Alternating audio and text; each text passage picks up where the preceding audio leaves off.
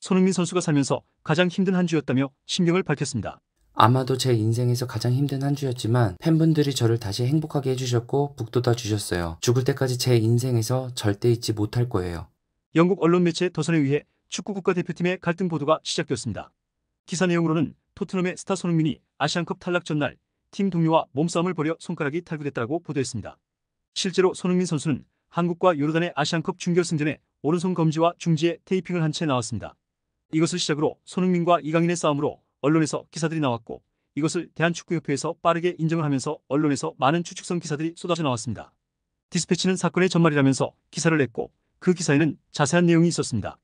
요약하면 주장 손흥민과 이강인의 다툼이 있었고, 손흥민이 멱살 잡으니 이강인이 주먹질을 했다는 내용입니다. 이강인 측 대리인은 주먹으로 때렸다는 의혹에 사실과 다르다고 반박했는데요. 그러면서 대표팀 다툼에 대한 일부 보도 내용의 사실관계를 정정하는 성명을 냈습니다. 이강인 측 주장은 손흥민이 이강인의 목덜미를 잡았을 때 이강인이 손흥민의 얼굴에 주먹을 날렸다는 내용은 사실과 다르다고 주장했습니다. 이강인 선수는 SNS를 통해 축구 팬들에게 큰 실망을 끼쳐드렸다.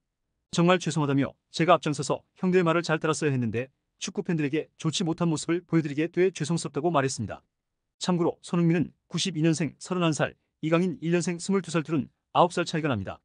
이번 일에 대한 다양한 반응이 있었습니다. 과거 벤투 감독의 이강인 선발 제외했던 일이 재조명되었고, 대표팀 갈등에 김남일 발언 재조명되었습니다. 클린스만 감독은 손흥민, 이강인 때문에 경기력 안 좋았다고 변명했고, 영국 언론에 처음 제보한 것이 클린스만 정몽규일 수도 있다는 일본 언론 기사도 있습니다. 홍준표 대구시장도 자신의 SNS에 이강인 선수를 겨냥한 듯 이야기를 했고, 울산 현대 홍명보 감독은 국가대표는 높은 도덕성을 가져야 한다고 했습니다. 이강인 선수 관련 비난 여론이 강해지자 출연 광고도 전면 재검토, 철회한다는 기사도 보입니다. 마케팅에서는 이미지가 중요하기 때문입니다. 현재 기준으로 결국 클린스만 감독은 1년 만에 떠나게 되었으며 70억 정도의 위약금을 가지고 가게 되었습니다. 손흥민, 이강인이 두 선수가 국가대표 소집에서 제외될 가능성도 있다는 기사도 있습니다.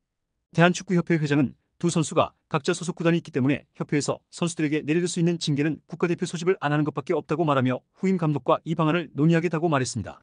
이번 사건으로 대한민국의 피해가 큰 상황인데요. 이번 일을 계기로 축구 국가대표팀이 더욱 잘 뭉치고 열정있고 실력있는 감독 만나서 좋은 성적 냈으면 합니다. 국내에 머무르면서 엄청난 열정을 보여준 벤버지 벤투 감독님 글이네요.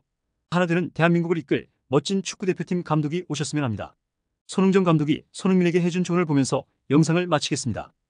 항상 관심이나 열정에 부응하기 위해서는 본인 스스로 관리를 철저하게 해야 되고, 내가 어떠한 행동, 어떠한 동작을 했을 때 그에 상응하는 보상이 결과가 오는 거지.